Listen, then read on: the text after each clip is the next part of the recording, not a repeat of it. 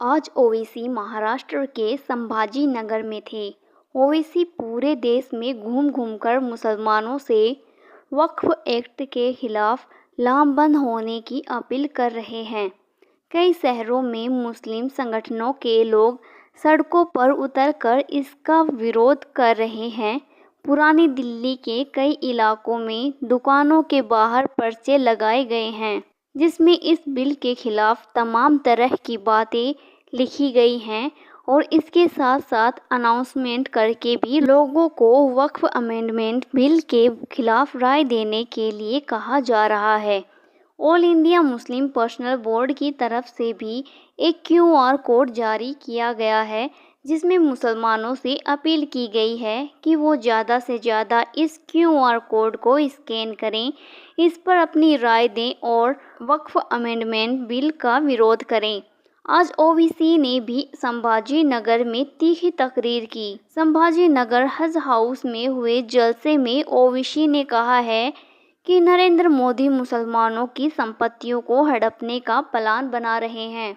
इस काम में खुद को छत्रपति शिवाजी महाराज का चेला बताने वाले एकनाथ शिंदे भी मोदी का साथ दे रहे हैं।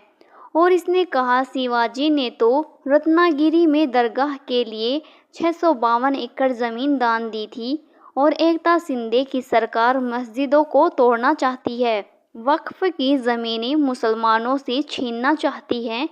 ओवैसी ने कहा, अगर मोदी के मंसूबों को नाकाम करना है तो महाराष्ट्र में मजलिस को मजबूत करना होगा, वरना मुसलमानों के पास न अपनी क़यादत होगी, न असेंबली और पार्लियामेंट में मुसलमानों के हक करने वाले कोई नेता होंगे। आइए जानते हैं ओवैसी ने क्या कहा। याद रखो मुसलमानों, हमने एक मस्जिद को खो दिया, तुम और कितनी मस्जिदों को खोने के लिए तैयार हो। एक मस्जिद को हमने खो दिया। याद रखो, अगर ये खुदा ना खास्ता कानून बनेगा तो सिर्फ काशी मथुरा नहीं, कोई मस्जिद नहीं बचेगी भारत में, जो झगड़े शुरू हो जाएंगे। मस्जिदों को बंद कर दिया जाएगा। कलेक्टर बोलेगा नहीं मस्जिद नहीं है, खानकाहों को, दरगाहों को बंद कर दिया जाएगा। इस तरह का गंदा कानून नरेंद्र मोदी बना रहे हैं। ये हमारी जमीन है, हमारी जायदाद है, अल्लाह के नाम पर इसका मालिक अल्लाह है।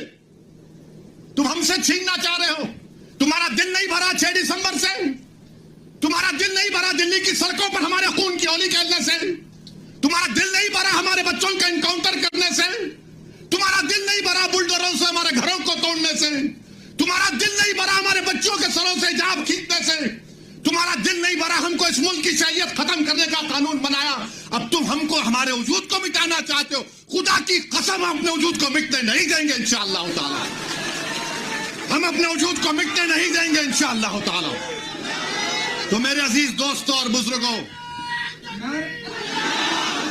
मेरे अजीज दोस्तों और बुजुर्गों, मेरी आपसे दबन गुजारिश है कि महाराष्ट्र के असेंबली इंतखाबात आने वाले हैं।